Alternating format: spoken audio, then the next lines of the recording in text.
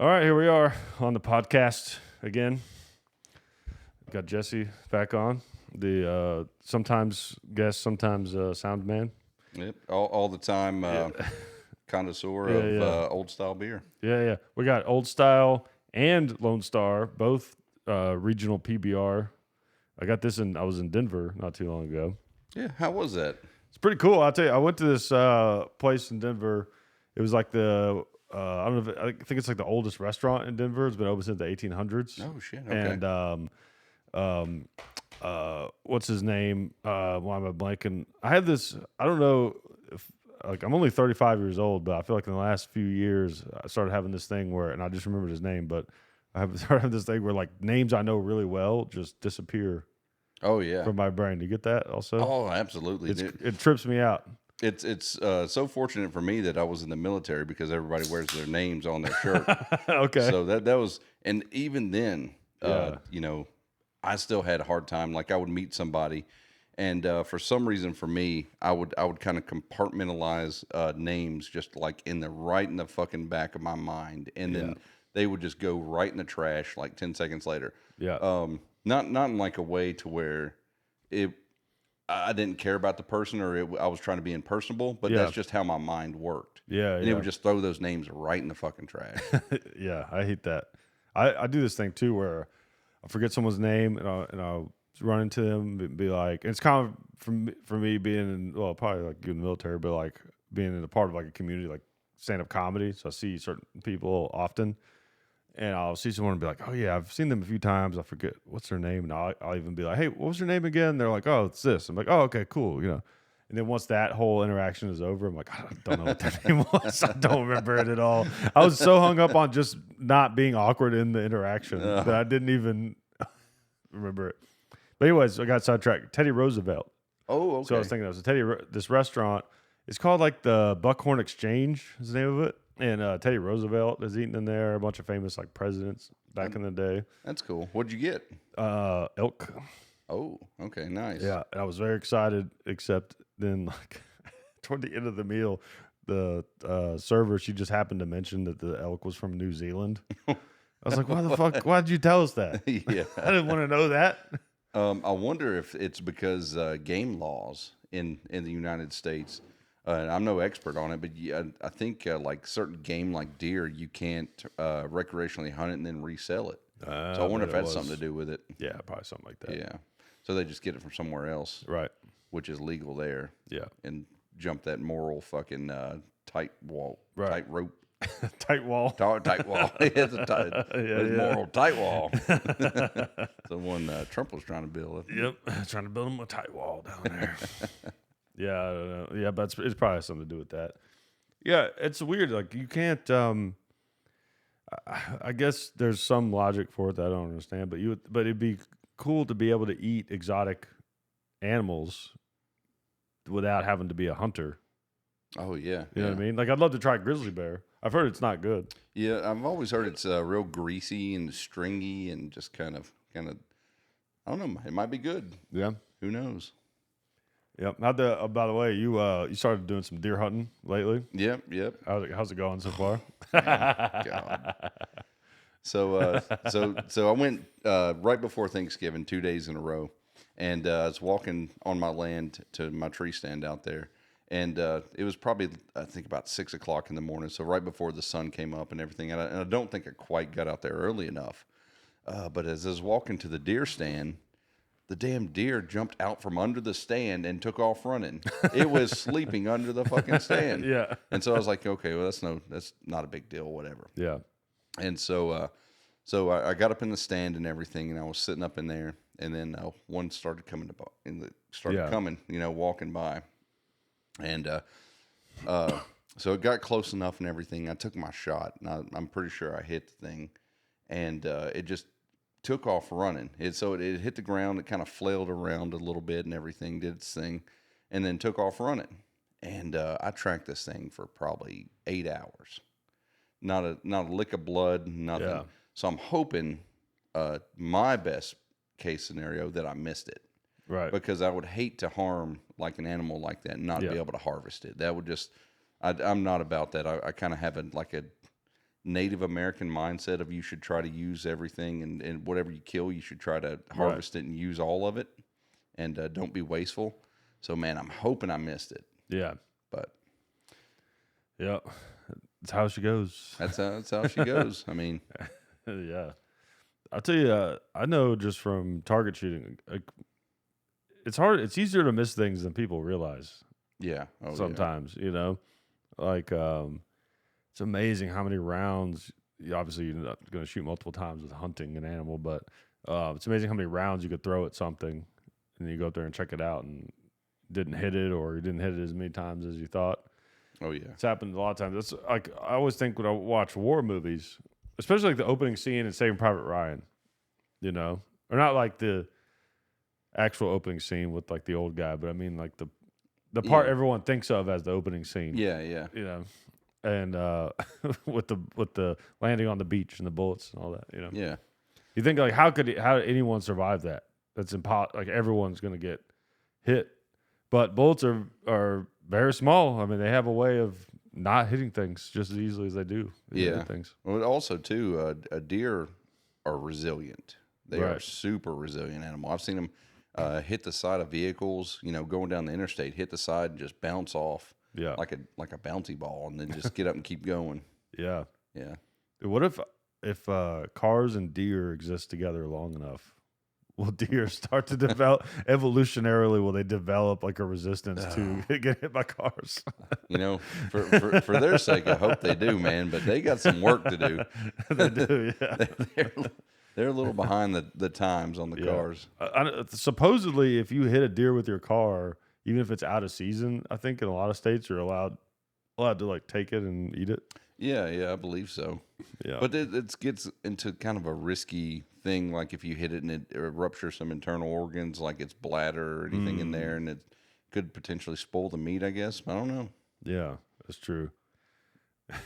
Take the deer into like, sir, if you hit this deer with your car, how come it has a 30-06 bullet hole in it? And you like point at your car and you got like a gun mounted on the side of it. like some James Bond spy car. Yeah, exactly. Just for hunting. Yeah. The hunting car.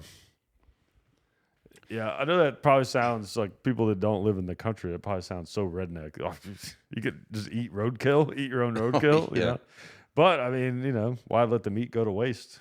Yeah, if it's a scenario like that where you end up hitting it or something, and it's still good, right? Might as well use it. What? Yeah. What is the deal? So if there's certain organs in a deer, if you puncture it, it ruins the meat or something. I believe like the bladder and things like that. Anywhere where there's feces, fecal matter, stuff like that. That anywhere you could rupture and it could just leak out. Yeah. But at the same time, I'm not like a deer hunting expert. I'm a hobbyist at best. I enjoy doing it just for the utility of it, not for the sport. I'm not a sport hunter. I like just to harvest it for the meat, get what I need, and then that's it. You're mostly an expert in major motion picture, The Deer Hunter, starring Robert De Niro. Yeah. You remember those old Deer Hunter games on like the old computers? Oh yeah. Well, like the arcade type, you mean? No, there was like the Oregon Trail, and then they the older computers. They had like the actual Deer Hunter games, and there's just this blocky thing that walks out with triangle legs, and you're just like. And at the time, hindsight, man, those video games they seem so surreal in your mind, right? Have you ever went and played a game like GoldenEye or something, and you just in your mind you remember it as looking so crisp, right? And so like nostalgic, but then you play it again, you're just like, what the hell? Yeah, I'll never forget the first time I went over to some friend's house, and they were playing the multiplayer of GoldenEye. I still remember clearly to this day. It was the level that everyone played on multiplayer. It was the see if you know what level am I probably talking about? Oh, Temple. Yeah, exactly. Yeah, everyone played that one. That was like the multiplayer level for some reason. I feel like the two levels to me were the most iconic. It was like the Temple on multiplayer and then Facility on single. But I remember watching them play that. And I didn't have it in 64 at the time. And like they would shoot someone and there was blood. I remember thinking like, whoa, this is crazy, Yeah. But you play it now, It's just like laughable. Yeah. Oh, the animations. That's what kills me. The animations, like they'll the five different like death styles or whatever. Well, no, they'll like go to shoot at you, but they'll turn like walk up and then turn sideways and then take a knee sideways. Yeah. It's like they're in the middle of a hallway, Right. And then they'll take a knee. It's like, what are you doing? Yeah. I feel like there's a point where, because on the flip side of that, there's this. I don't play a lot of video games anymore because I just don't have time to be good enough at them to where they're fun.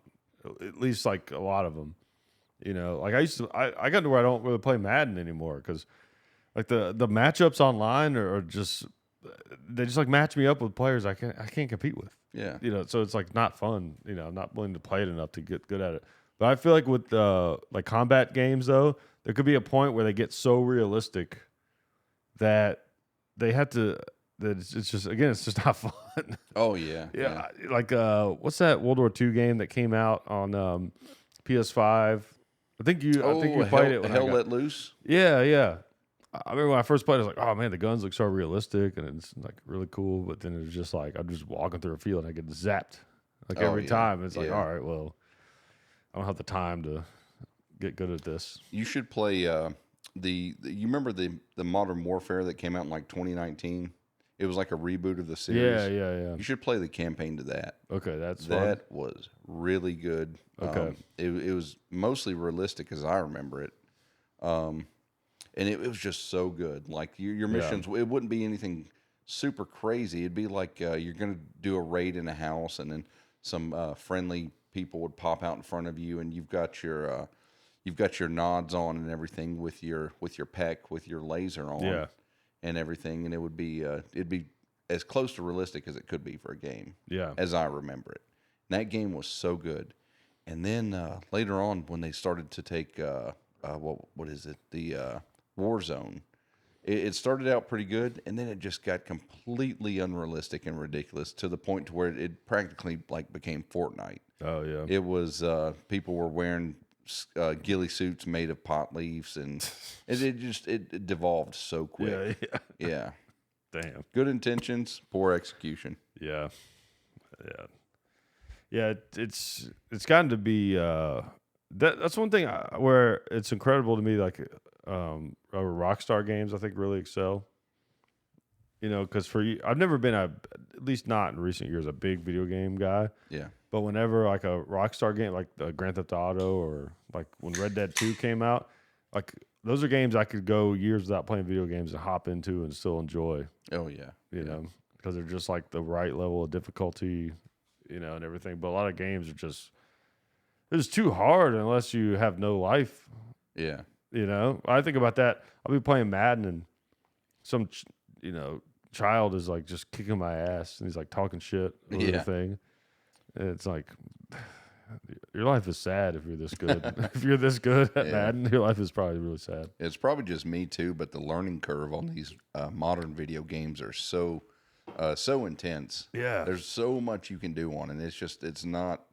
It's probably a combination of my brain and then just me being from the generation to where we grew up with like regular Nintendo. Right. So it's like that perfect marriage. Like you jump over this and you jump over that and you get the key to that. Yeah. So simple. But now, man, they're so intricate. Right. Yeah. Crazy. Intricate. It's a good word. Yeah. I'll tell you what. So I've been playing this one today called Sons of the Forest. I was talking to you about it earlier. Cannibals. And so it's really fun. It's a survival game. You basically crash land and you got to figure out how to survive. Okay. There's a main objective to the story. I don't even know what it is. You know what I started doing? I started building a cabin in the middle of the woods. I crash landed, and the first thing I was like, man, this is a good looking creek and a little pond right here. I'm gonna build a cabin here, and never mind that there's a bunch of naked cannibals running around me trying to kill me. I'm over here landscaping, just like chopping down trees and doing the most insignificant task in the situation. Like a total open world game. Yeah. It sounds like Animal Crossing. Yeah, it is. It's like Animal Crossing, but with I guess people that eat you. Damn. That's pretty crazy. You got to like pick the grass like an Animal Crossing. Oh, why do you have to do that? Why is that something that people want to do? Oh man, That turned me off of that game so quick. Because I wouldn't play for like a month and there's grass everywhere. Yeah. For those of you guys who don't know, there's a game called Animal Crossing. And someone's infinite wisdom, they decided to make part of the game that you have to pluck weeds out of the area. And then if you don't play the game for too long, there's like weeds everywhere and it's irritating.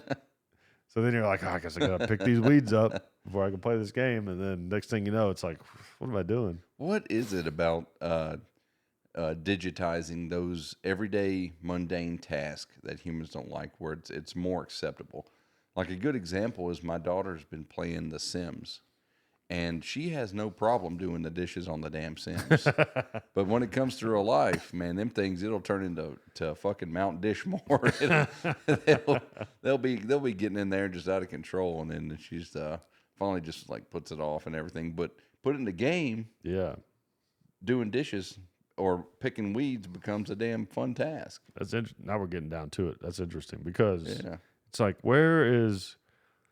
it's like the mental effort is not as bad as the physical effort. Yeah, You know what I mean? That's I feel it.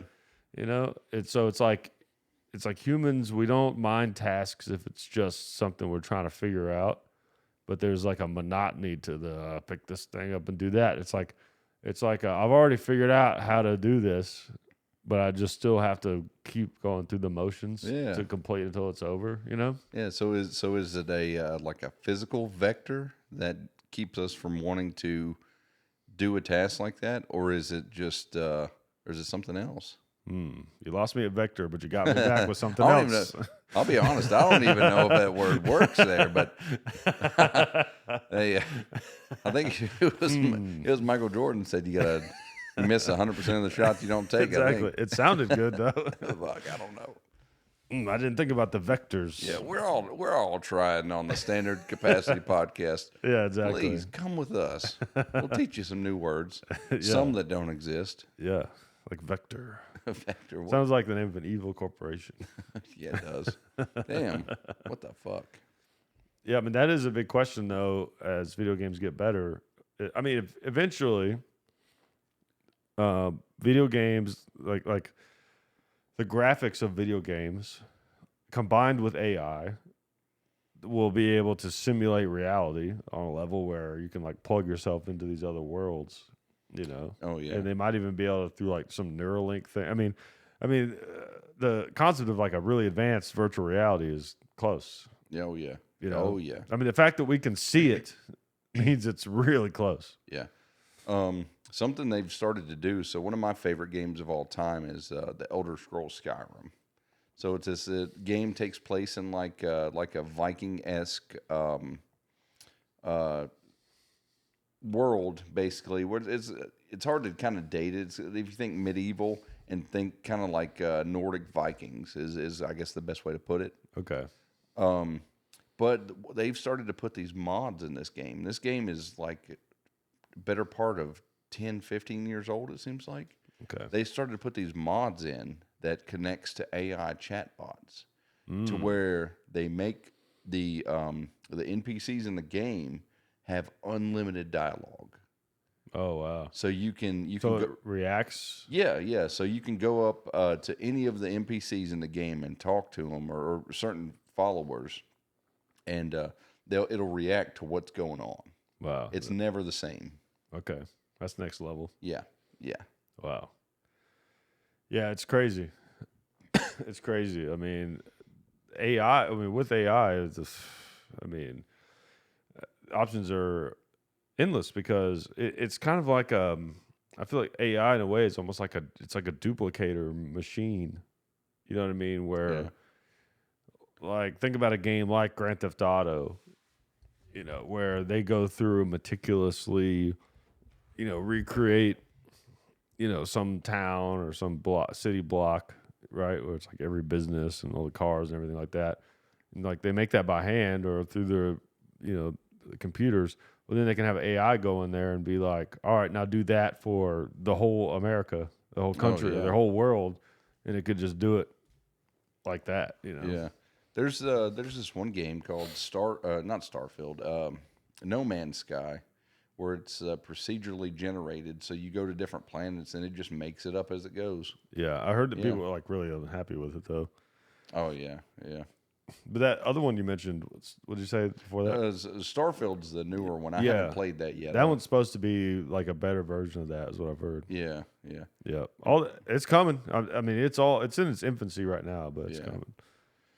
Yeah, it'll get there. It will. It's scary for for like art. A lot of people in the comedy community are worried about it. People just obviously it takes so much work to write jokes. Yeah. And someone could just write a whole act with AI. Yeah. But the thing is, if someone uses AI to write comedy, the AI is just pulling from what already exists. Yeah. So it's basically just a plagiarizing machine. Yeah, essentially. It's just going to be stealing from other comedians is all it is. I mean, let me throw this out there, though. Isn't that what we do as humans, though? I'm not necessarily saying we all plagiarize. Well, but you're stealing from your own experiences. Yeah. But the AI, though, is going to be targeting specifically like comedy and building it from that. Yeah. But also our experiences are shaped by other people, too. Oh, no, I agree. Yeah. No, you're right. You're right. But it's still different in the sense that it's going to be basically like splicing together like those specific works. Yeah. It's interesting. I'm not adverse to AI. I think it could be really helpful in a lot of things. And I mean, it's already proven to be more intelligent than most people, I think. Yeah, well, definitely me. It has more capabilities. Yeah, yeah. For sure. Yeah, more capabilities. AI's like, someone was talking about me. Yeah. I don't know if they even came through in the microphone, but a phone made a noise. Yeah, phone made a noise. It did. AI. They're on to us. There was this one thing I read. This was a while ago, but it was like some kind of German art competition, or no, it was some kind of art competition where this artist, he had AI draw something, entered it in the competition, and then it won. It won the art competition. But the person wasn't like plagiarizing. They wasn't trying to come out and take credit for it. They told everybody, it's like, hey, this is AI. AI did this. They tried to just make it like a public awareness type of thing is what they did. Right. And raise some eyebrows. Yeah. I bet. Yeah, it's strange. It's like how much of what's scary about it, especially with art, is like I feel like art is it's like one of the most like personal human things. Yeah, subjective. Whereas like once a machines start making it, then it kind of blurs a line that I feel like is dangerous. Yeah, it's interesting. Yeah, it is. It's scary. It's a scary new world. It's always scary. The thing is, like I know like quantum computers is something that people have been worried about for a while. But my thought usually is that whenever something new and powerful comes along that could do bad, then there will also be something new and powerful on that same level that can at least like fight back or can do good on the opposite of it. You know what I mean? Yeah. Yeah.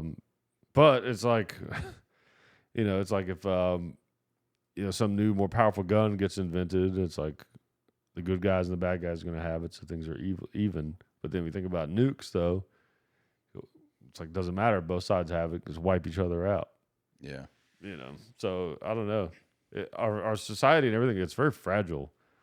It's like introducing something that's like really new and powerful is kind of scary. Yeah. It's, talking about nukes, it's interesting now that nuclear deterrence is kind of getting, it seems less effective, because what was the... Well, people have realized that it's not going to happen. I feel like, you know what I mean? Russia is not afraid of going into Ukraine because they know that we're not going to launch our nukes because we know they would launch theirs. Yeah. Kind of thing. You know what I mean? So it's like the stalemate maybe isn't as effective if everyone kind of calls each other's bluff on it. Yeah. Yeah. It's interesting. You mentioned earlier you watched Oppenheimer. Yeah. Yeah. How was it? Oh, tedious, slow. Tedious. Who's the director? Christopher Nolan, I think. Is it Nolan? I think so. Let's see. I don't know. I don't typically know nerd things like who directs the film. Let's see. Oppenheimer. I know Christopher Nolan. He did Interstellar, didn't he? He did. Yeah. Yeah. It's Christopher Fantastic Nolan, movie. Great movie. Oh, Interstellar. One of my favorite movies Yeah. ever made. I would say for me, it's man, it's really hard to put them like a 1 and 2 position. But Interstellar and Cloud Atlas. Oh yeah, Cloud Atlas is incredible. Cloud Atlas is Dude, so good. Interstellar kind of to me sort of encompassed an idea I've always had about what ghosts are. Oh yeah. You know, I've always thought, even at a young age, that because I was always like interested in like ghosts and things like that. I've always felt like if they're real, it kind of seems like a glitch in the Matrix or something. Yeah. Because the stories you always hear about ghosts is that they don't seem to even acknowledge like other people, and like they don't seem to know they're dead, kind of thing. Yeah.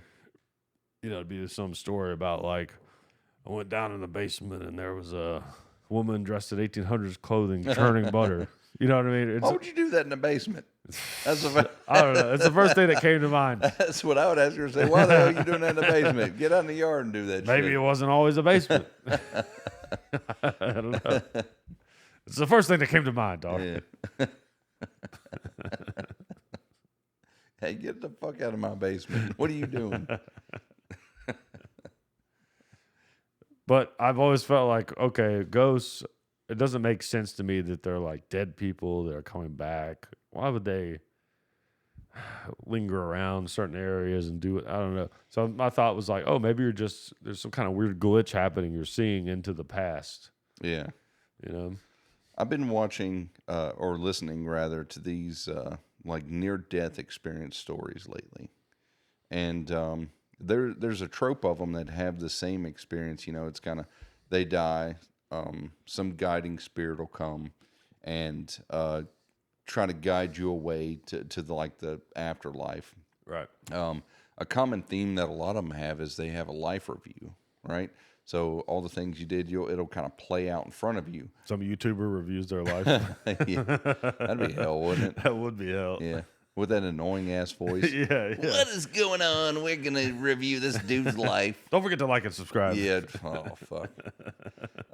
But no, a common theme would be they have that life review and, you know, they kind of look, and it's fascinating. Yeah. You know, I'm not saying I put any stock in it, but it's super fascinating to me.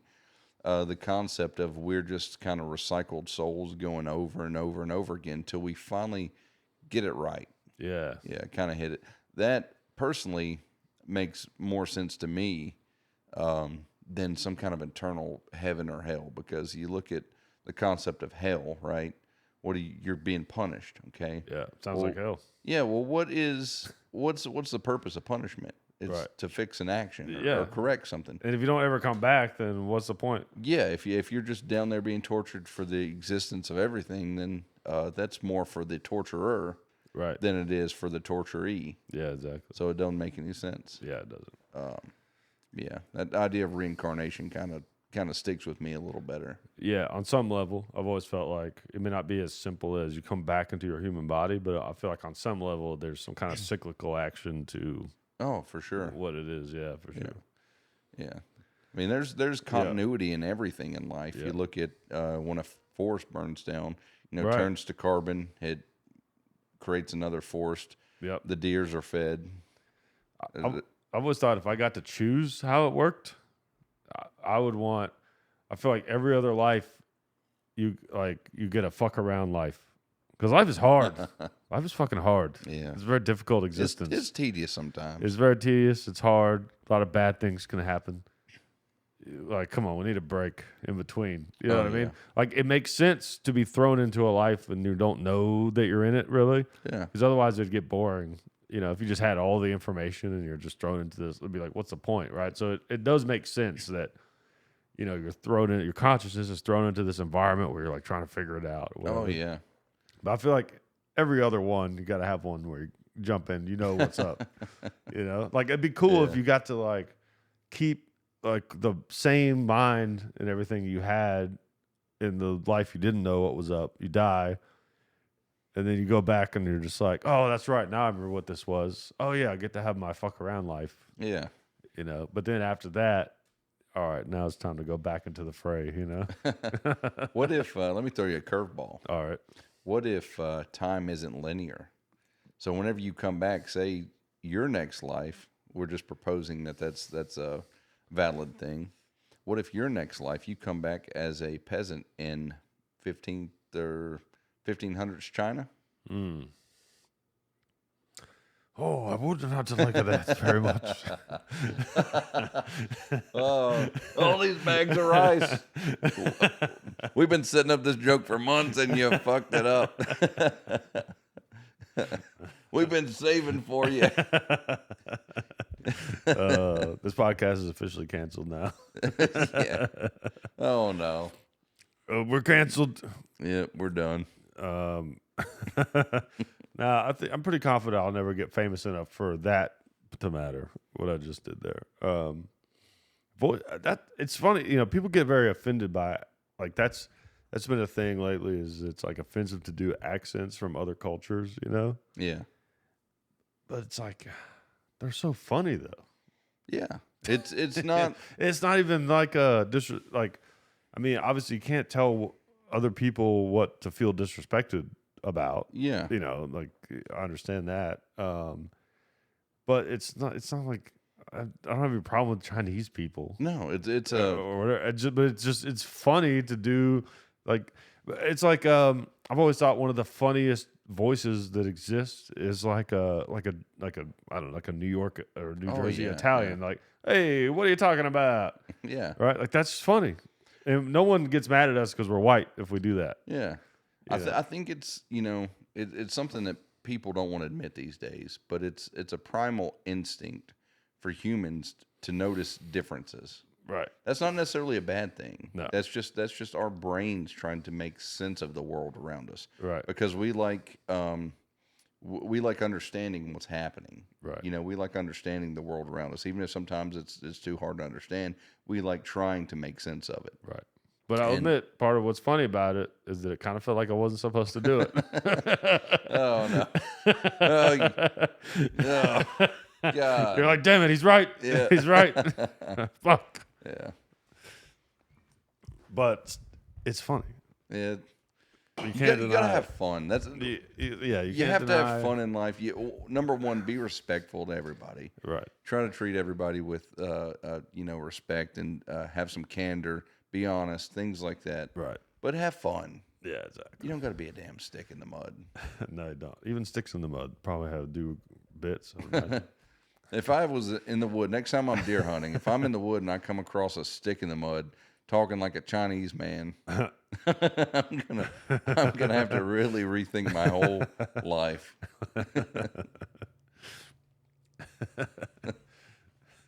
I thought about that story I've told on this podcast 18 million times about the time I thought I was going to get robbed in Chicago. Oh yeah. I've thought before about I've not tried like doing that a bit about that on stage yet, but I've thought before it would be funny to like tell that story and then do like a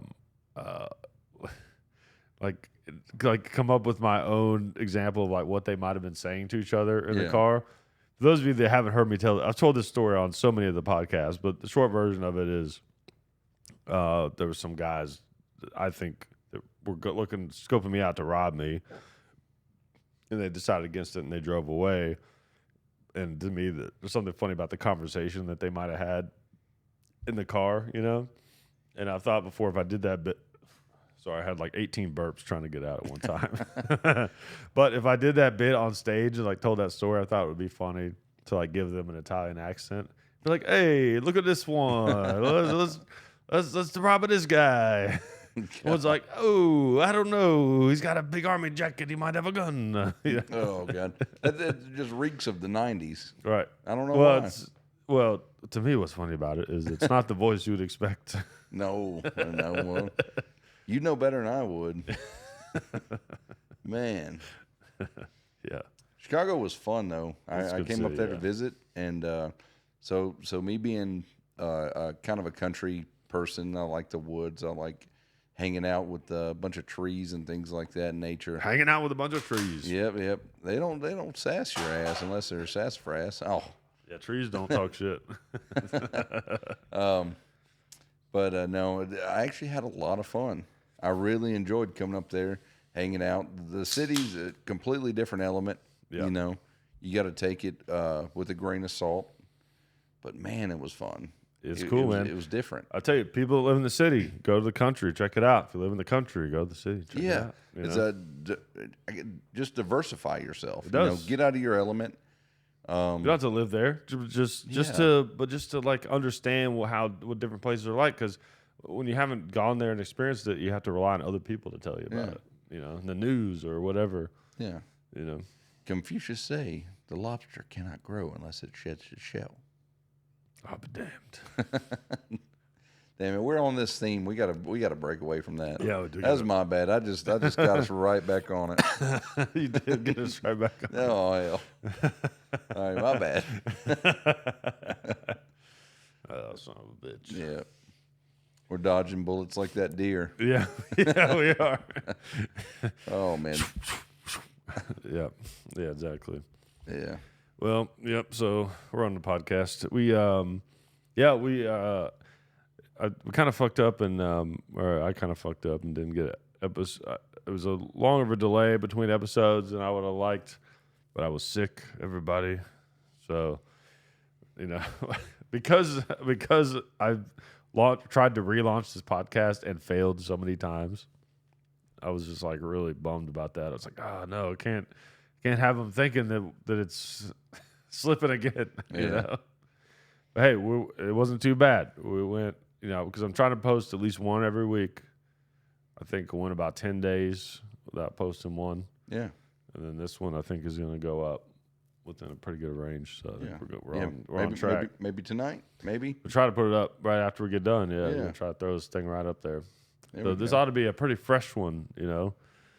What is today? Saturday. Saturday, America. Yeah. American Saturday. American Saturday. After Thanksgiving. November 25th. November 25th, America Saturday. Oh man. What about I don't know why that sparked in my mind. I know you watched it. No, regardless of if you were sick. Dolly Parton. I did. What'd you think about that? She looks like an alien. Oh no. Dolly. Damn it. She looks like an alien trying to infiltrate America based on what they think we like. Yeah. She was Dolly Parton's great. Yeah. But she should just let herself be old by now, I think. How's she doing it? That's the question. How is she maintaining millions of dollars and science? Yeah. Good for her. She's hanging in strong. I'll tell you what I didn't like, because I know she's had a lot of plastic surgery. I couldn't believe her body though. That's what tripped me out the most. Yeah. I was like, what? How is that body on that woman? Well, looking back at it, because I thought the same thing. I was thinking, because she had that top on, and it was you could kind of see through it, but you couldn't see any wrinkles. Yeah. That's not natural. It was like a 24-year-old cheerleader's body. There's got to be some mesh going on, some eye trickery, some Houdini type of stuff. But, that's okay. People get old. They do. We're not body shaming Dolly Parton. Just people get old, and that's what happens. We're doing the opposite. We're a body going, what the hell? How? Yeah. Yeah. What would you call that? Body. What the hell? Positivity. Body. We are body positive on this podcast. Yeah. Body unsure. Yeah. She's 77 years old. 77? Yeah, she's older than my mom. Oh, dude, 77. It's crazy. Yeah. I'm kind of jealous though, because in my mind, she's got to live through some of the best times in America. True. Think about being 77 now with a lot of money. So what she would have been born in the late 40s? Does that math add up? Let's see. So 77. She's born in 45, I guess. 45, yeah. Mid to late 40s. So I mean, she got the baby boomer generation, got the 50s. Yeah, she's an early baby boomer. Yeah, we got the 50s, got the 60s, got the 70s, got the 80s, the 90s. In my mind, some of the best times in this country. Yeah. Yeah. I've always thought if I could start over with my life, being born about 1960 would be pretty cool. Because then you're 20 in 1980. Oh, man. You're 30 in 1990. You know, don't start hitting your 40s till the early 2000s. Like that's like being like in your age prime through the 80s and 90s. Oh, dude. That'd be the time right there. But at the same time, you know, with our personality, we both are similar in the sense that we like the 80s, we like the 90s, things like that. Who's to say we would even live through it? Yeah.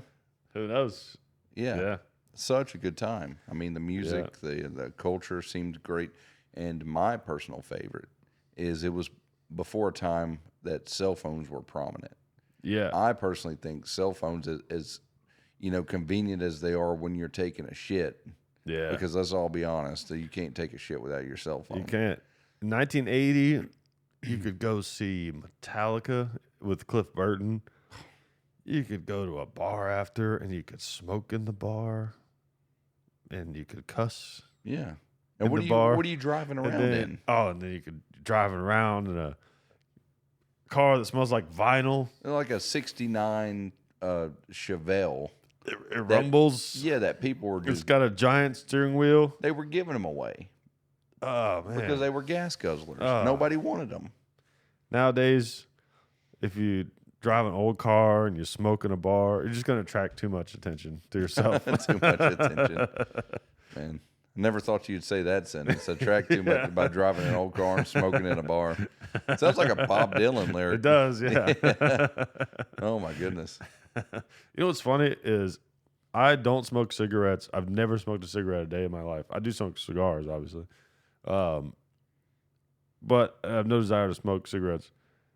I'm just a cigar smoker. But it bothers me that people who smoke cigarettes can't smoke in bars in most places. Now, that bothers me so much. You know, I understand why they eventually banned smoking at courthouses and the post office, things where everyone has to go. Yeah. Like that, I get that. That makes sense. And if you own a bar and you don't want smoking in there, don't allow it. Great. That's America. You shouldn't have to. Yeah. But what really bothers me is most cities now have laws where doesn't matter how much you want to allow smoking in your own bar, you cannot. You can't. Yeah. You just aren't allowed to do it. It's crazy. It's interesting. I'm kind of torn between it because I grew up with parents that smoked, and I guess it may be common in this region. Right. I don't know. I mean, I get this not healthy, but just don't go there if you don't want to be around it. That's the way I look at it. Well, so growing up for me around a family like my parents that smoked, it caused me to not smoke, which is a good thing. But growing up around it, you just have this adverse kind of like this is making me stink. I'm gonna go to school stinking. This is like bad for their health. They're blowing a bunch of money on this, so you have this real close a relationship with like, why are you having this bad habit? Yeah, it's very interesting. So on one fence, I kind of agree with you. Like if you own your own business, you should be able to run your business as you see fit. But at the same time, I kind of have a foot in the other pond. I kind of see, why, because it's just not being around people that smoke cigarettes. It's whatever. We're over it. It smells like freedom. It smells like shit. It's what it smells like. Yeah. No, I get that. But my thought is like allow businesses to allow it if they want to. I would agree with you. Know what I mean? Yeah. At the very worst, like, okay, make a law that, there has to be a sign so that people know. Yeah. So they're not going to be surprised, some kind of sign on the door. It's like smoking allowed inside here. Yeah. So you're not going to go in there not knowing, But to me, it's just, you're allowed to buy a house and smoke in it if you want to. Yeah. Why can't you start a bar and allow people to smoke in there? Yeah. A lot of places you still can in the country, but a lot of cities, Chicago, you hadn't been able to for a long time. there's only one bar in Chicago that you can smoke inside of, and I will not name it because it's to be kept on the down low. But real Chicagoans, they know about it, and there's a reason why it's the only one. But and then in Nashville, recently, where I grew up, and you grew up, like they just recently passed a law where you can't smoke in there. There's a pool hall. It's called JOB. It was one of my favorite places to go in Nashville. And I was not even a big pool guy. I would just go in there, shoot some pool, and smoke a cigar. And now you can't smoke in there. So it's like completely ruins the whole thing. I mean, what I loved about that place is you would go in there, and it was like going back in time. You know, like, I mean, they still had the old like CRT TVs up in the fucking corner of the wall. I mean, it was literally like you're stepping into at least like 2004. Yeah. When you walk in there, or the 90s. I mean, it's just like going back in time in that place, you know. But now that they don't allow smoking in there, you know, it's like not the same. Isn't that an interesting change? And like, you watch Back to the Future, right? You remember the second one when they go into the future? Yeah. Yeah. When you're a young kid, you're kind of obsessed with that, with the future. You think about it and everything. At least I was. Oh, but as you get older, going back in time is more of a attractive idea. I think that's interesting. Yeah, I think because I'm in the same camp. Yeah. Like if I went in some place that looked like I was in 1970, I would be way happier, way more interested in it than if I went into some place that looked like 2050. Right. I'd just be like, man, this is awesome. Right. Yeah. Yeah, that's interesting. Yeah, I wonder what that. I guess. Yeah, when you're young, you're just like, where's it all gonna go? And then when you're old, you get so cynical about like, I've seen where this is gonna go. Yeah. Fuck that. You know. Yeah, I've seen where this is going. This is not good. Oh. Yeah, and I guess it was probably always like that. I mean, was there ever a time, at least in the last couple hundred years, where people are just like, man, things are great now. It used to suck before. You know? Yeah. Emancipation Proclamation? I don't know. I don't know. Maybe in like 1880 or something. It's hard to imagine people sitting around like 1870 and being like, the good old days, 1861. Yeah. This new country's going to hell. Maybe some people. Yeah. Oh, on that, you want to take a quick hiatus? Oh, you got to piss? Yep. All right. We'll take a piss hiatus. All right. We're back. All right. Yeah, you had to pee. We need like, oh man, imagine how long of a podcast you could do if you just had like a catheter. Jesus Christ. Let's start the catheter podcast. The hell? Drink 20 beers. God. That'd be an idea for a podcast, wouldn't it? Going into a hospital and interviewing like terminal fucking people. They just got catheters shoved off in them. Just like, yeah, you're terminal. How's that feel? Getting their final thoughts. Dude, that's one of man, that's what sucks about getting old. The older you get, the closer you get to having to have some kind of surgery. Oh, dude. And if you have a surgery, they put in a catheter. You can't stop it. It's just part of it. Part of the game. I've heard it's terrible. No. It's a very big thing going up a very small thing. I'm sure there's worse. It's crazy to me that that's in 2023, almost 24. The best way they know how to keep you from having to get up and go to the bathroom is to stick a thing up your pee hole. It's like we were born with a thing that goes inside of things. Why didn't? Yeah. You know what I mean? Like, why can't we go inside the thing? Why does the thing have to go inside us? God damn. You know what I'm saying? Why? I never thought about it. Why? Damn. Oh, no. It seems cruel and unnecessary. Yeah. Fuck. Right? Yeah, I don't know. Well, hopefully not, you know. Yeah. Damn it, John. Yeah. Getting old. It's like, you know, it's like Because are you 35 yet?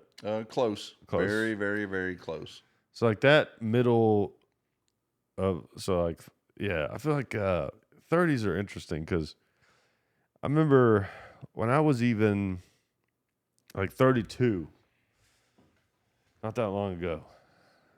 I felt like early 30s. Not that's not that scary. Yeah. But then when you hit 33, you're just like, oh no, here it comes. You know what I mean? It's just something about like, I feel like 33 is a year where you just start looking down the barrel at like old, 40, 50. You can just see it coming. You know? I have a interesting perspective on it though, because All right. me being in the military, I don't like. I understand that I've aged my body prematurely. The stuff I've done, has had wear and tear on my bodies. For instance, I went to the doctor recently, and I don't go to the doctor ever, but I went to the doctor because I was having trouble like doing squats and things like that, and so they diagnosed me with arthritis in both my knees, and so I have like a hard time understanding how age affects the body because I know that my body's been through more than most. Yeah. So I'm not sure if it's normal to be 30, almost 35 and be like this. I can tell you, man, when I get up in the morning, like I have to stretch in bed. I have to like just lay down and just like stretch everything, or else I'll get up and, dude, it's like I'm like just a 2x4 getting out of bed. I'm just like like just walking just stiff as hell. Oh, damn. It's rough, man. Damn. Yeah. Yeah, that's brutal. I don't have it that bad. Oh, dude, it is what it is. Will it get like better over time, you think, or is it just? I don't know. Yeah. I don't know. Arthritis, like it's just what is like a lack of cartilage? It's stiffening of the cartilage basically, so it's just kind of stiff in there. I do have some like missing cartilage in my knees and things like that. I've had chondromalacia patella, which is I think like a runner's knee type of situation. That word is terrifying. Oh yeah. Say that again. Chondromalacia patella. All right, now say it 5 times really fast. Nope, you got once. You got once. Oh Jesus. Basically, you got patella tendons running down the side of and it helps keep your kneecap doing the same motion, as I understand it. Okay. And yeah, man, getting old sucks. Yeah. Yeah, I've heard that story before from other military guys. Especially your knees, especially. Yeah. Oh yeah. Tough on them because of it's not just the running; it's all the weight that you're packing. Yeah, it's a combination. I mean, you often, especially if you're in a light unit out there, you run on. You like for PT, you run most days. Yeah. So you'll get up and you'll run like 4 or 5 miles, and then you go out to training and you'll pack your rucksack. 60 pounds is I guess about average. Sometimes a little more. Then you go to training rotations, and it'll beef up to about 80 pounds. It'll shoot up through the roof. And there was one night, man. I'm not sure if I told this on the last podcast we did, but I'll tell it again. Anyway, we were doing this rotation at JRTC, and we were going out. We were getting dropped off as scouts. So the bird came down. We were in a Black Hawk. It came down, landed. We did egress from it, hit the deck, fell on the ground and everything, waited for the bird to do liftoff. It lifted off, and we were out there. It was probably 1 o'clock in the morning. This was all happening. Yeah. So we had our nods on and everything, and so we got up. And I was team leader at the time. And so once we got up, I started getting my guys and everything. I don't know what that was. I started getting my guys and everything and kind of checked my map and everything, got oriented to where we were, found the direction we were about to start moving. And we started walking everything, got my guys in formation, and we started pushing through. And, man, probably 10 minutes into it, I fell into a fucking hole. Like, I'm talking about the size of my body. Oh, wow. Fell into a hole and just fucking, I took a step with this 80-pound rucksack on. And next thing I know, I was just going down. Wow. Couldn't see shit, man. middle of the swamp out there in Louisiana and just fell down and just hit the fucking ground. And I remember climbing out of it and just being like, my God, I've got like 6 more hours of that. Oh, that's tough. Yeah. Oh, Yeah. man. Yeah, that is. There's nothing worse than just feeling like you're already done when you're just getting started. Oh, man. You know what I mean? That's the thing in the military, at least the American military, you push your body to limits that you didn't know you had. Yeah. You hit that breaking point to where your mind's screaming, this is horrible, this sucks, and your body's screaming, I'm about to break. But there's a small little voice in the back of your mind that's just like, you're just gonna keep going. Yeah. You're gonna keep fucking eating shit, and you're gonna like it. Yeah. You're gonna and you know what? Tomorrow, you're gonna look back and laugh. Right. Yeah. And I would imagine a lot of it is like you don't want to look like a bitch in front of the other guys. Oh yeah, Because it's for sure. respect is really one of the most important things that we have in this world, and you lose that, it's hard to get it back. Yeah, it's a power base, especially males in the military. Yeah. If you have any kind of sense about you, you don't want to look like a bitch in front of other dudes. Right. You want to look like, in your mind, the baddest motherfucker ever. So sometimes you just try to push. Yeah. Just keep pushing. That's in us. It's in us. Like, it's so ingrained in us as men. Like, because even in something as like fucking pussy as stand-up comedy, I have the same thoughts, of like, I'm at these open mics around other comics, and I'm very like adamant, like I'm always working on new material, like to me, if I'm doing something that's like actually from my act that I already know is good at an open mic, it's like a sign of weakness, Yeah. Things like that. It's just, we're like hardwired to do that. I feel like it's a survival thing. I don't think everybody's like that though. Maybe so. Well, that's true. Yeah, probably. I think that's like a work ethic thing because you have really good work ethic, and I feel like I have good work ethic as well. Yeah, and I think that's like anybody that wants to exceed their station in life. Right. I feel like that's just something ingrained in us. Yeah. That we just want to keep pushing and keep getting better at whatever it is we're doing. Right. That's true. Yeah. And if you're like, especially if whatever you're doing is part of like a community that you're around constantly, you want to constantly, like, you're constantly grading yourself on the other people you see around you. Oh yeah. And you're kind of like trying to beat them. You're trying to be like, look, I'm working harder than you are, kind of thing. Yeah. You're always your own worst critic too. Yeah. That's the thing. That's Absolutely the negative. It reminds me, there's a story I heard about Kobe Bryant one time that I love, and I might miss part of it, but it basically, like, he was Out partying? He went out partying? No, it's not that one. It was I think before a game.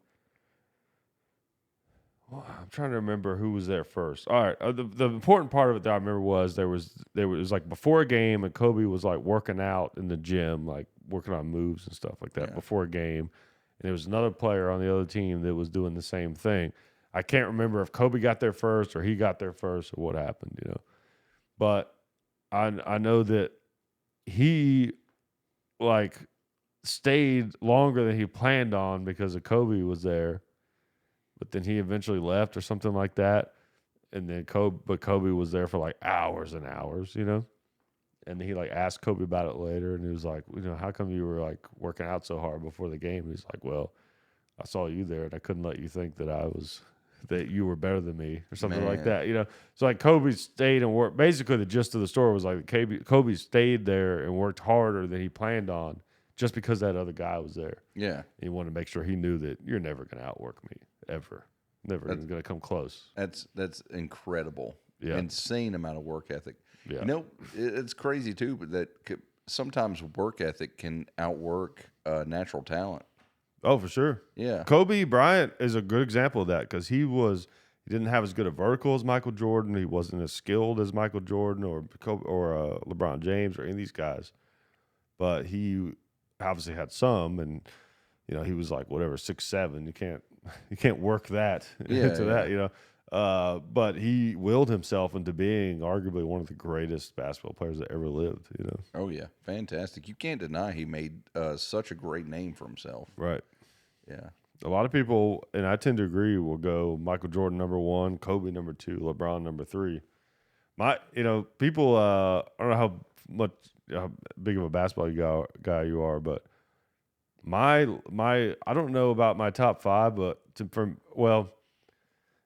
me, for me it's Michael Jordan number 1, Kobe number 2, LeBron number 3, and then Shaq at number 4. Yeah.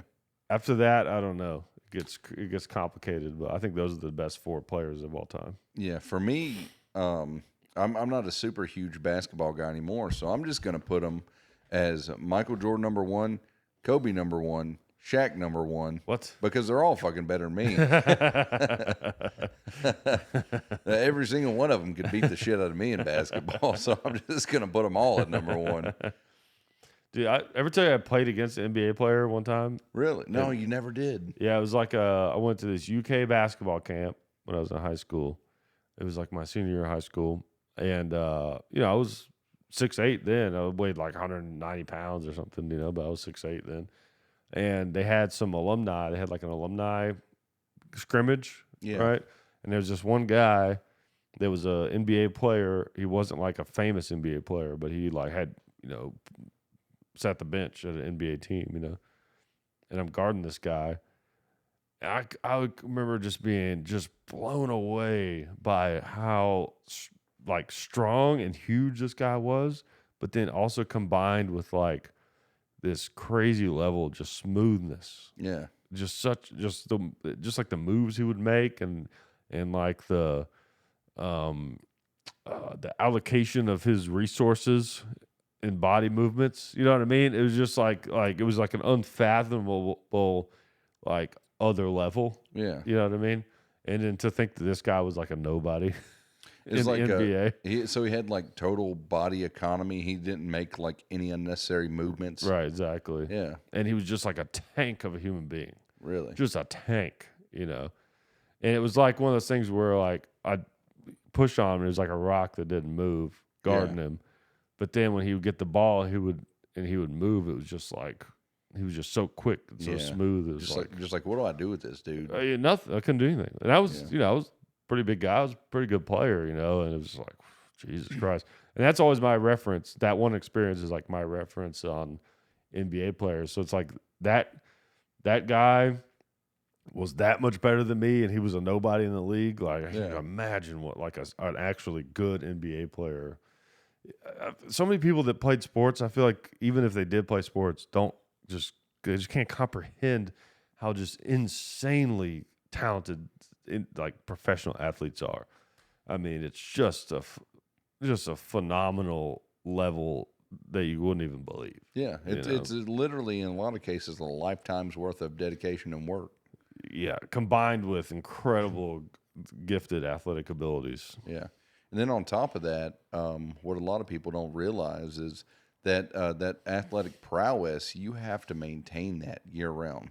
You will lose, like once you get in shape, you will lose it so quick. If you just pump on the brakes a little bit, you will lose that shape so damn quick. Yep. And it is so hard to get back up to where you once was. So it's a constant thing. You have to maintain shape all time. Yeah. Do you have that being an active military where you do a bunch of PT for a while and then for whatever reason you don't have to for a while and then it just kicks your ass and get back to it? Oh, for sure. Yeah. At one point I was down to like 190 pounds. I was running my 2-mile PT time and I was like 13 flat. Some people run it faster, but that's 2 miles and 13. Yeah, that's pretty damn good. Yeah. I was running it at that. That's a 6.5. It's like 2 6.5 minute miles. Yeah, that's insane. It was pretty. But so what kind of sparked that for me was when I was stupid for some stupid reason.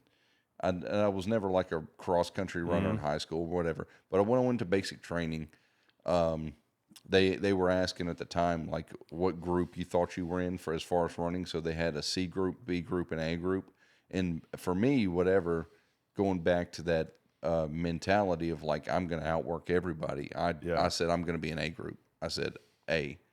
I wasn't a cross country runner. I'd run like for exercise and stuff, but man, those first couple, like that first month of being in that fast group with all like the fast runners, and eventually it became second nature. Yeah. And that's what worked me up to it, where I could run like that. Unfortunately, can't do that anymore. Yeah. But that was you rough. have to, for sure. I was like 190 pounds, and man, I could almost max my PT test. It was great. Yeah. But you have to maintain that level at all times. It's a full-time job. Yeah.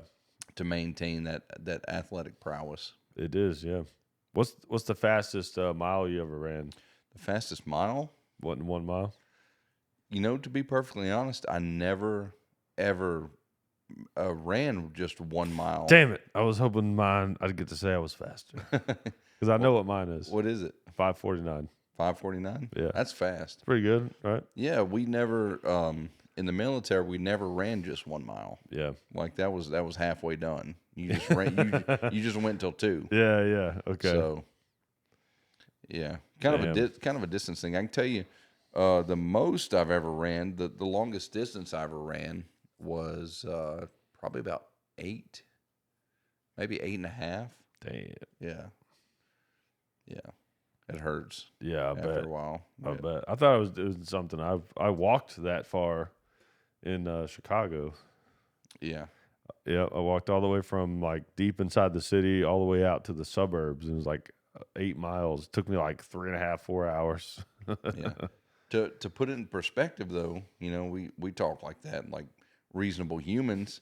There's some guys out there that try to run like fucking 50 miles. It's fucking insane. I bet there's some real freaks out there in the military when yeah. it comes to that. Yeah, for sure. I could see that too, though. Like, I could, in a way, I've kind of done that with, stand up. I could see like being a guy who just forgoes any other type of situations in life where it's like, I'm going to be the baddest military guy. Yeah. You just focus on that. Only. Everything in your life is for that. Oh, for sure. I could see that. I could see doing that. Like that would be a way to live, and I'm sure there's guys who do that. Dude, there's a lot of people, and that's a great, fantastic way to excel at the military. Like work-life balance is a situation most people have to deal with, myself included. I'm not married anymore, but I like to have some life, outside of working. But but also there's something cool about just being that guy that's like, fuck a work-life balance. Work is my life. Yeah. Like that's cool too. Yeah, it's great at times. Me, oh man, it's hard. I juggle. Yeah, I try to. I'm a workaholic. You gotta know early on. Like you have a family. Yeah. Let's not get too personal on this podcast, but let's get personal. I had a family. No, I've been divorced. Where'd you put them? Where'd they go? Where's my family? Bring me my family. like an old Western. Like a villain. Yeah. Like some super villain took my family. And I'm just looking for my family. No, I was living one type of life, and then my life became a little more career oriented at a certain point after I got divorced. And but I would say I'm like kind of I'm not just like a total only work, never have fun type of guy. I'm not that at all. Yeah. I like to just chill and hang out with friends and stuff. But I respect that though. The people who do that, like there's something cool about that. But you do kind of like to truly be that though, you kind of have to establish that really early on in life. Yeah. I think it's like, that's just the guy I'm going to be. I'm the work guy, It's kind of sad though. Like I think maybe, I think balance in that everything is kind of my approach to it. Right. Yeah. So, I think balance is better for most people. Yeah. But there's some people that it works for just to be obsessed and compulsive about everything. You're right. And those people can often do some great things, whether it's one camp or the other. Yeah, and for some of them, those guys, they do that for a while, and then they settle down, and they do have like families and shit. Yeah, it's just, man, that's hard. Yeah. To just be like, it's almost like the ultimate tunnel vision. Right. To once you just hone in on one thing, almost to the point to where your identity starts to become that thing. Right. Totally. Yeah. Yeah. It's kind of crazy. Like you almost, for me, I try to work really hard at everything I do, but I try to also maintain my identity. Right. So I don't want to come home and be work. Right. Right. Yeah. Yeah. But like I I know one thing that saves me from going like full into that is like doing stand up. You can't just only be like I do stand up, because stand up, the art of it is you take your life and you talk about it on stage and you make it funny. yeah. If your only life is just stand up, then you're not going to really have anything interesting to talk about. So you still got to have, experiences and do things, like everything I do professionally involves on some way, shape, or form sharing my experiences. Yeah.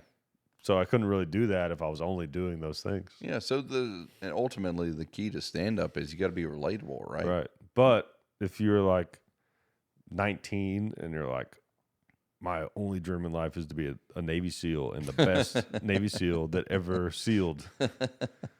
You know what I mean? Yeah. It's like, fuck my family, fuck having a relationship. I'm going to be a SEAL. And that's all you do. All you do is train, you focus, and that's, that would be an intense person to be around.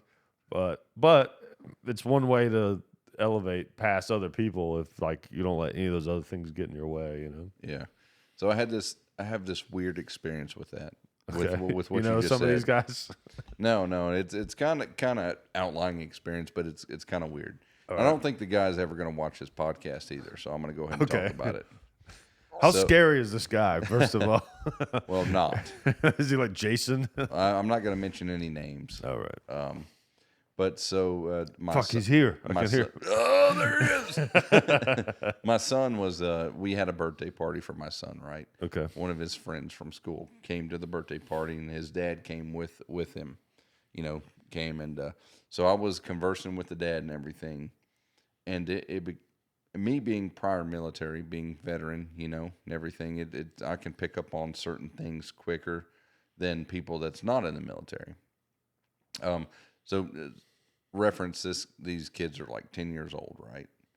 And so this guy, it became really apparent very quickly that he was trying to push his 10-year-old son into going into the Navy SEALs. That sounds crazy.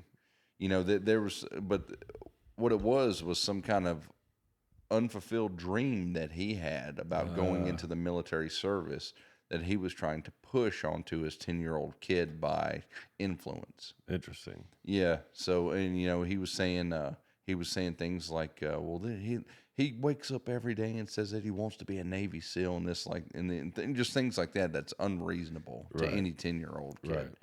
Right. And I'm like, are you sure about that? Well, number one, I'm not a Navy SEAL, but I understand. I understand the work ethic and dedication that it takes to get there. Yeah.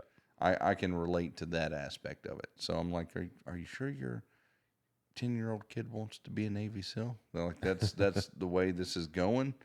Like, this kid's not even in middle school yet, man. Right. Doesn't even know what that means. Yeah. And so it became really apparent that by some extension, this guy was living through his kid. His unfulfilled dreams, he was trying to push this kid in that direction from an early age. Completely unreasonable. Like, that's like you tell your kid, hey, join the military. Right. That's one thing. That's like a base level type of goal that's achievable. You hit your 25-meter target before you hit your 50. Right. But man, he was just pushing him straight to the fucking top right out the get-go at such an unreasonable age. Yeah. Yeah, I would be shocked if that kid even ends up joining the military. Oh, for sure. Because I feel like the more you try to push your kids or something like that, the less they want to do it. Yeah. In most cases. Yeah. Disclaimer for me, don't push your kids into the military. Let them make that decision on their own. If they want to, that's fine. Try to support them. But if they don't push them that way. Yeah. Let them make that decision the way that they were meant to make that decision, by being propagandized by random TV commercials and Rambo movies. Yeah. What? Look, when I first showed up, I was looking. I ain't even gonna go there. Fuck, it's not even worth it. It's a lot. That's a lot. That's a whole nother hour just talking about that. God dang it. Rambo 1, though. So fucking good. I'll tell you what, I went to a Bears game. This is not the one we went to, but before that, with some comic buddies of mine up in Chicago. We got there a little bit late. We were waiting on one that didn't fucking wake up in time. And but it worked out well, because as we're walking into the stadium, we got there a little bit late, and they did a jet flyover. Oh, yeah. I told you about that, I think. Yeah. And it actually ended up being better, because we didn't get to see not only just the jet fly over, but we got to see them. So the Soldier Field, where the Bears play in Chicago, like the stadium is here. There's this thing called the Field Museum right here, which has one of the few T-Rexes, actually. Yeah. It's a very cool museum. Anyways, we saw the jets fly over the stadium, and then they banked at the Field Museum, and then turned around and went a different direction, which we wouldn't have got to see that if we were already in the game. So it worked out.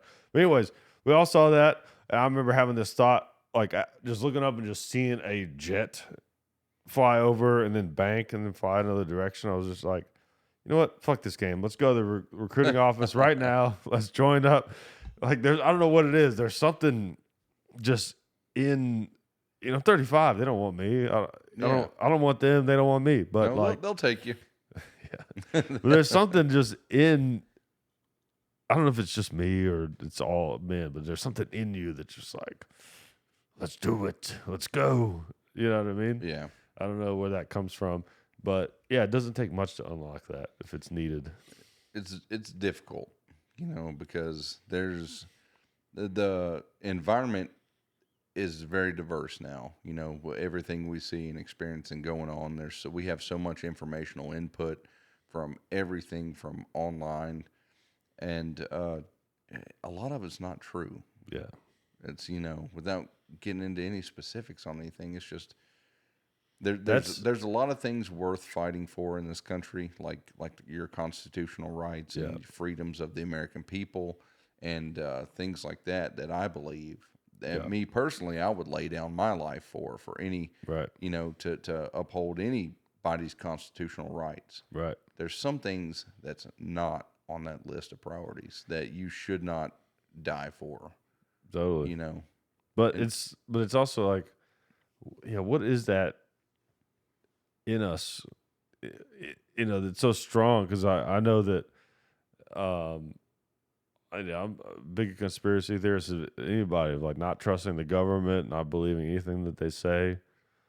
But you show me a lady with an American flag bikini and a bald eagle, I'm joining tomorrow. You know what I mean? It's like, I don't know. I don't know what it is. Yeah. Your country needs you. That sounds. Right. I think it's a love for '80s movies for you. That's what that sounds like. Fucking, who just keeps? First of all, who keeps bald eagles, and who has the right to keep them? Yeah. I mean, come on, a hot lady with big tits, an American flag T-shirt, and a bald eagle on her shoulder, like a pirate. Sold. Yeah. I'll go wherever you want. Sold. Done deal. Yeah, exactly. Now, if the bald eagle was up there like a pirate talking like Johnny Depp, that might be something different. Yeah, it could get out of hand. Have you seen Band of Brothers? Yeah. Obviously. You've seen The Pacific, right? Yeah.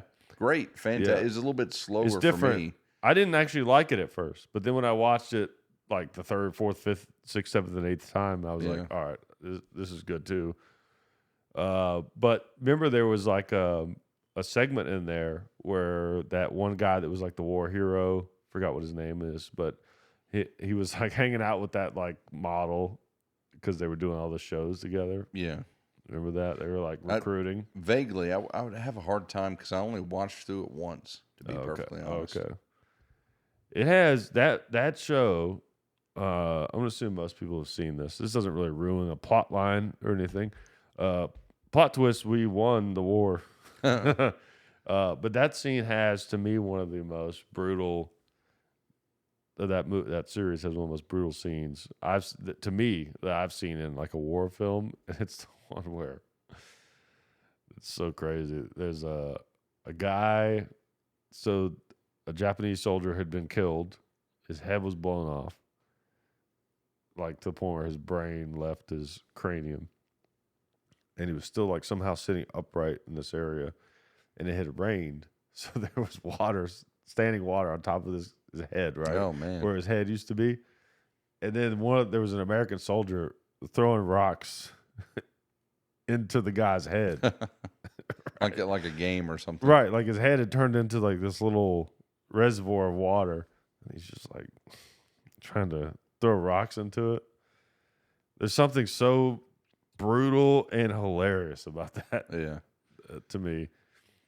I've always been fat. I never served in the military. I've never had those kind of experiences, but I've always been fascinated by like the way that that humans use humor in very dark situations, to like kind of get through them, and I feel like you kind of would have to, you know what I mean? Because it's like the other option is to just panic and freak out and be like, oh, that could be me. Or it could be like, how funny would it be if I tried to throw this rock in there? I think it's honestly just a tool to try to desensitize your emotions from the concept of death. Mm-hmm. is what it is, and it's total utilitarian thing that people do in war is they just try to create that gap between what's I guess acceptable and what's not, right? But because it's a survival thing, right? At that point, But if you look at it on a psychological level, and that guy, he's throwing rocks at his head and everything, he's basically turning that guy into an object. He's objectifying him. Yeah, he's turning him into a basketball hoop. Is what he's fucking turning him into to try to break up that create that separation of this is no longer a person. This is an object. Right. Yeah. Yeah, instead of PTSD, he got 14 points. 14 points. He's the best 3-point shooter in his platoon. Yeah, exactly. Yeah. Yeah, I mean, thank God things being funny exists. Oh, my. Because without that, we would just have to just take the darkness of the world just head on. Oh, yeah. I mean, really, if you think about it, like that is the only true just like existential drug that we have to treat the pain of the world, Yeah. But is finding the funny in things. But it's also, I mean, something that not everybody can do. No. Have you ever met somebody that just didn't find anything funny? Oh, totally. It's fucking crazy. All the time. All the time. It's such a shift, you find somebody that thinks everything's funny. Well, that person, in my opinion, generally tends to be happier. Right. But you get somebody that just everything is so super serious. Right. They tend to be more on the border of like in crisis all the time. Yeah, that's true. Yeah. Very true. Jesus Christ. Why do you have to be so popular right now and your phone is blowing up? I don't know. There was a comedian. I don't want to give too many details about this because I don't want the wrong people to take it wrong. But let's just say there was a comedian in a certain place that was a very just a young comedian, not like someone that not like a famous comedian, but someone that I knew and that died in a car accident. It was very sad, but we're comedians, and they had a memorial for them at an open mic, which is a place where comedians go to do, short sets. So a stand-up comedy open mic, for those who don't know, it's a place for comedians, depending on where you're at, right? Like brand new comedians, it's where they learn how to do comedy and learn how to be funny. And for people like me who've been doing it a while, it's just a place for us to kind of work out our new shit without consequences, you know. So we don't just bomb on some important show or something, you know. And just to kind of get those reps in. But so this guy who died, they did a memorial for him at an open mic, right? And his whole family showed up. His whole family showed up to this open mic. And we had to go on stage and tell jokes in front of his family. His grieving family. Yeah. It was, again, so fucked up, but also just what a hilarious situation to find yourself in. Yeah, you know, that's fucked. But I remember there was this one comic, if you can even call him that, who got really upset about a joke that I made, and it's like, fuck, he would have liked that. Like, you know what I mean? It's like, who are you? I don't know. It irritates me when people try to get a stick up their ass and, you know, they tell you how you should deal with the grieving I mean, I knew the guy a little bit. I was a little bummed about it. I wasn't like close with him, so it wasn't like it didn't bother me that much. But you know, we're comics, so we're gonna make jokes, you know, about those kinds of things. There's been people who have died. You know, me and a really close comic friend of mine. We have a friend who we respect immensely that we legitimately think is probably going to die soon, and we love that person, but we joke about them all the time. We joke about how they're going to die. We even tell it to their face. You know, it's just like, but there's, I don't know where I'm going with this, but it's like, it's annoying when people don't get that and they try to stop you from doing it. Yeah, you know, like I understand if that's not how you want to deal with these kind of things. Yeah, right, and that's fine, but don't come over here and try to tell us how to deal with it. Yeah. Well, it's also a very unique experience, you know. That's your experience with that guy. You're trying to sum up and you know, and essentially pay your respects with what you're doing because you didn't have to be there. Right. Yeah. You could have just said, fuck it, I don't got to go. What is it, a funeral? I'm going to tell jokes at a funeral? Fuck that. Fuck no. Yeah. But it's your personal experience with this person. You're just trying to, you know, portray in a manner you thought would honor them. Right. And somebody else just tries to step on that because they don't like it. Yeah. Fuck them. Exactly.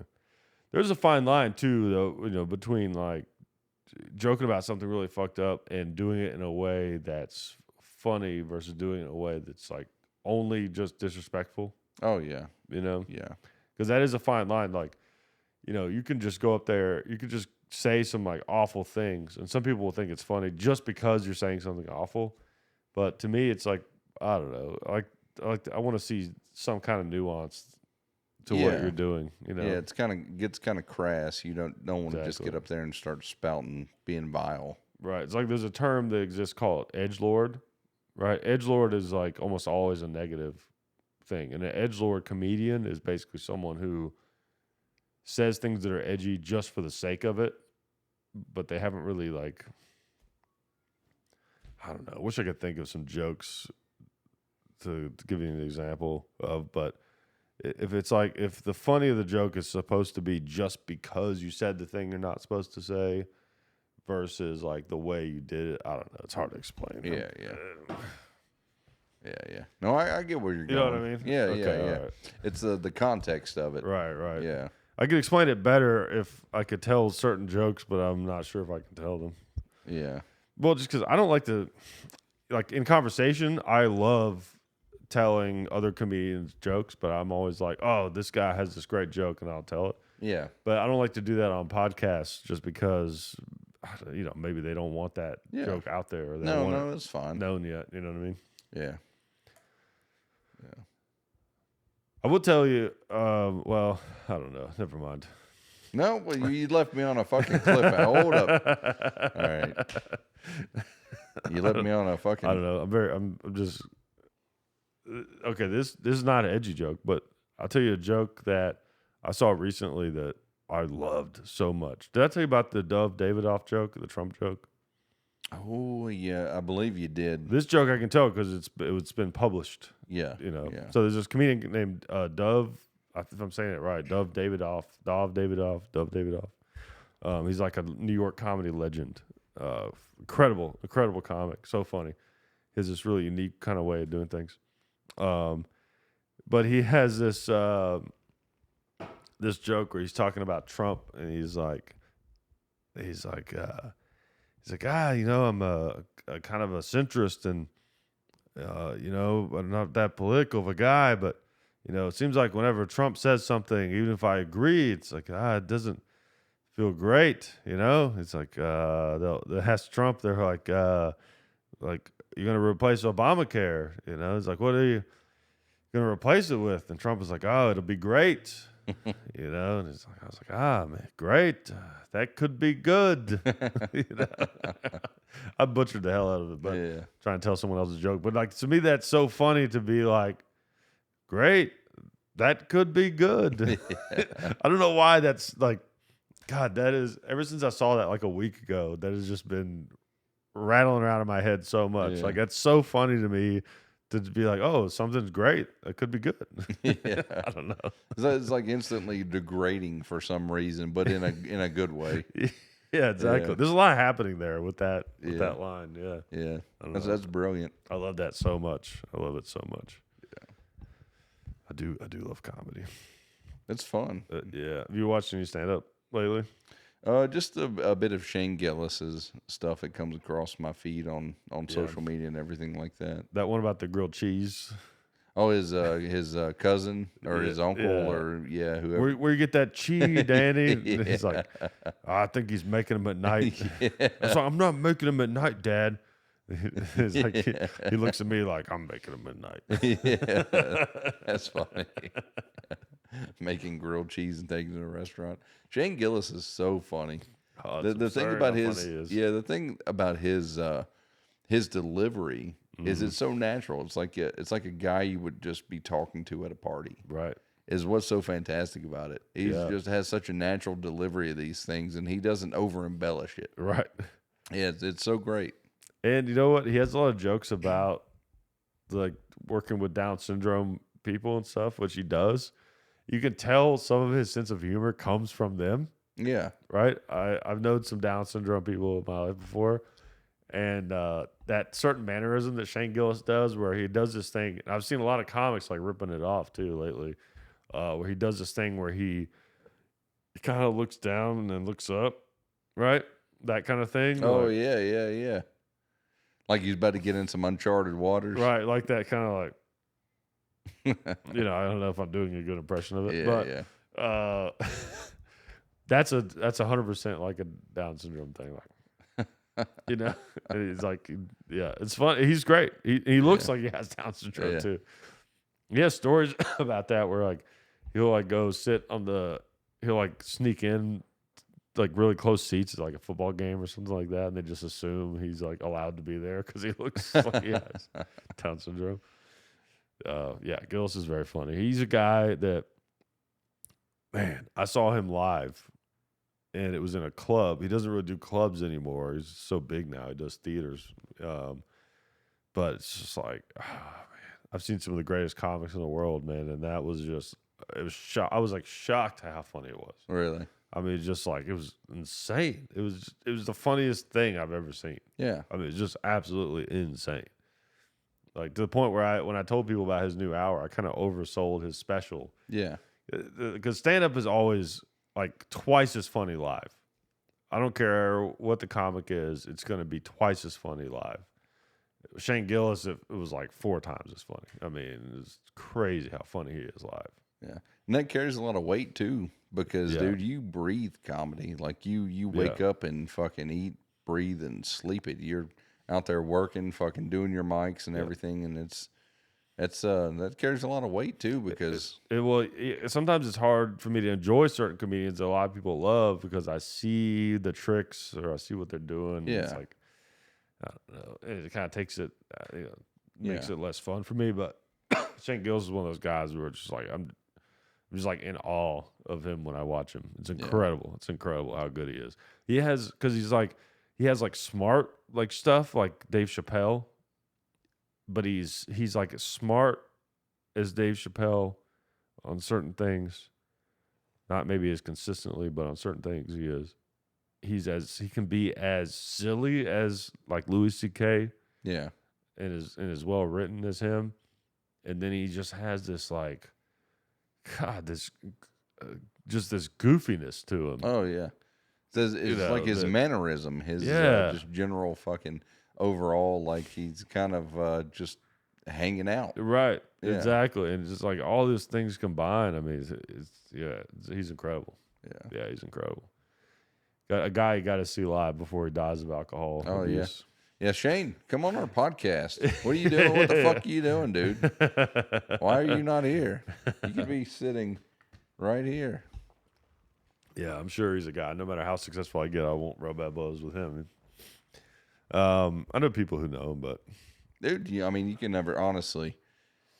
never discount who you're going to meet in life. Yeah, I don't really know a lot of famous comedians. I know a lot of people who know a lot of famous comedians, but I don't really know them myself. You can never, dude. I've met famous people and everything like that. I'm not going to say I'm sitting here and say I've rubbed elbows with any famous people, but you can just never discount who you're going to meet. Oh, true, yeah. So, and you never discount where you are in life too. You never know. I saw, speaking of famous people, I saw Dennis Rodman. Oh yeah. How's he doing? Still married to Carmen Electra? No, he's with that girl. Was it Yella? I think is her name. Yeah, Yella. Old Yella. Poor girl. He has a tattoo. Apparently, it's going well because he has a tattoo of her on his face. Oh hell! It's Dennis Rodman for you. That's a pretty damn. It's a bold move. Good for him. Good, Dennis Rodman. Good for you. The number one doesn't give a shit. The most not doesn't give a shit guy that ever existed. You got to give him props. Yeah. You do. You got to give him props on that. You do. Good for him. Yeah, and I wasn't like yeah, and I wasn't like in North Korea. That's not where I ran into him. I was at a Bulls game, which ironically enough feels like the last place you would run into Dennis Rodman. If you really understand Dennis Rodman, yeah, you know what I mean. The place you would most expect to run into Dennis Rodman should be the last place you would expect to run into him. I was watching this. I saw a short that came across my feed the other day about him, and so I'm not a basketball statistics guy or anything, but apparently he was like one of the best rebounders in his time. Mm-hmm. Yeah, that's how he got his claim to fame with the Bulls was his rebounds. Yeah, and defense. Yeah, absolutely. He was a nerd about it. He would in warm-ups, he would sit and not even shoot, and he would just watch the balls and the way they would come off the rim, and he would learn like the way that different people shot. You know, more like their ball was more likely to come off at a certain angle and stuff like that. I mean, yeah, he was a true freak in every sense of the word. Yeah, but one of the best players. Yeah, but I mean that's what it takes to be a great team, though. You know, you take those fine puzzle pieces and you put them all together. Totally. You don't have to be the best at everything. In anything you do, whether you have a military career or you're in a leadership position somewhere or you are playing for the Bulls, you don't have to be the best at every single aspect of the game. You just have to find that one spot that you can be the best at, and you have to just hammer it until there's no other question and piece it together. Ideally, you want a team that's like the video game Sarge's Heroes, where you got like the flamethrower guy that he loves fire. Yeah. Ever since he was a kid, he always wanted to set things on fire. Was that his backstory? I don't know, but it seemed like it. No. And he's plastic. What the fuck? Yeah. And then he got like the explosives guy, and he loves explosives. Wasn't the medic or something? Wasn't there a chick in there that was like colored? There was a chick. And wasn't she the only one that was... Can't say that word. Well, no, not like that. They were all colored. No, not like that. Whoa, what century is this podcast in? No, wasn't she? Wasn't there like a female character on there that was like in actual color? She had like tan skin. For some reason. I know. Like a bikini on. Right. Like, what are you doing? I know. Get out of there. I know. Go get some fucking, go to OCIE, get your shit. What are you doing here? Yeah. The flamethrowers guy, I just remember his name was Scorcher. Scorcher? Yeah, pretty sure. No, dude, I'm about to end this podcast on that. I'm sick of it. Oh. That pisses me off. That just pisses me off, John. All right. So Sarge's Heroes, the greatest video game ever made. Jesse just mad because he could never beat it. Never could. They just kept me in the motor pool the whole game, just doing maintenance on vehicles, and I said, "Fuck this shit." Yeah, I'll tell you, that's if I had $1 billion, the first thing I do before I buy a Ferrari, before I buy a Sherman tank, before I buy a transferable STG 44, I am going to buy the 3DO company. And I'm going to hire a bunch of very smart people. And I'm going to be like, you're going to start making these games again. the Army Men games. They're just going to work day and night and make Army Men games. Yep. Dude, that's the thing, though. Kids don't even play with Army Men anymore. Can you go somewhere and buy Army Men? I don't think it's a thing. A flea market. Dude, kids don't do that no more. That's crazy. Yeah, it's just kids don't really, from what I've seen, and I could be 100% wrong. I don't know. You got to get your kids some of those plastic Army Men. They had some at one point. And if they talk shit, just be like, see the wars that are happening right now. Yeah. You know, the day I gave up on fucking physical toys was the day that I stepped on a goddamn fucking Triceratops. That motherfucker, dude, spiky bastard, fucking 3 horns on his head, fucking spikes down his tail, man. Fucking spiky tail. Yikes. Dude, I stepped on one in the middle of the night. I called that motherfucker every name under the sun. That motherfucker got cursed all the way to hell, dude. That was the most painful prehistoric fucking motherfucker. Could have been worse. No, it couldn't. It could have been a Stegosaurus. What does a Stegosaurus look like? Is that the spikes? Well, the dude Triceratops has spikes every fucking where. Triceratops has the horns. Yeah. But the Stegosaurus has the spikes on the back. Yeah, I'm pretty sure this Triceratops, probably wasn't accurate to what they looked like. It had spikes every fucking where, dude. It was a little fucking prehistoric landmine. I stepped on that bastard, dude. I started fucking screaming. It's like, all right, you can play video games. Yeah. Yeah, that was the last time I remember my kids playing with physical toys. Yeah. Fuck that thing. Yeah, you can't step on a digital download. It was the equivalent to hitting your shin on a trailer hitch. Ooh. Yeah, that's what it was. Yeah, it's rough. Dude.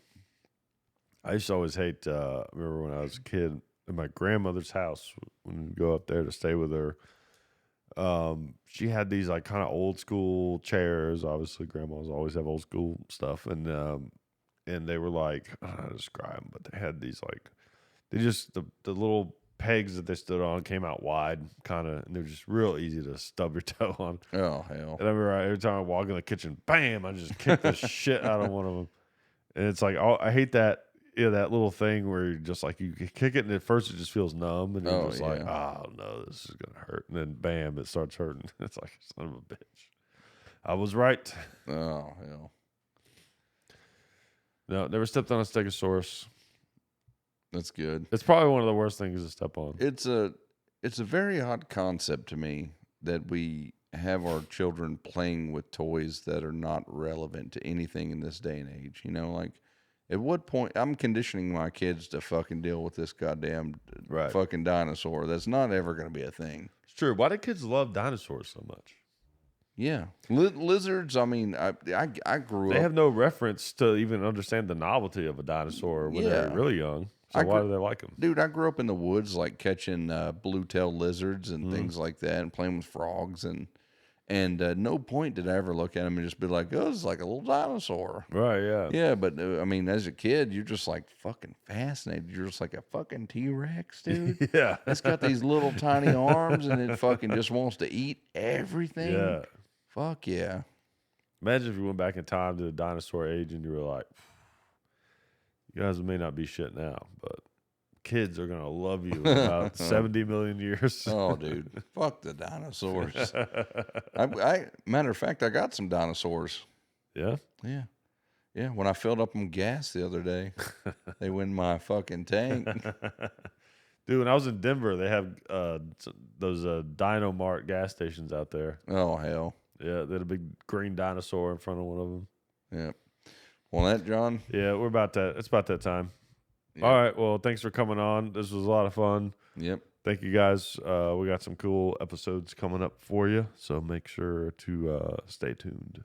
Yep. Just and hit us in those comments too. I like reading your guys' comments is and fun just to seeing read. what you think. Yeah. You want to talk shit about me, whatever. Yeah, I don't care. talk shit. Don't talk shit about me, but talk shit about him. You can talk shit about me if you want. I like you. You're all right. All right. We'll see you next time. All right.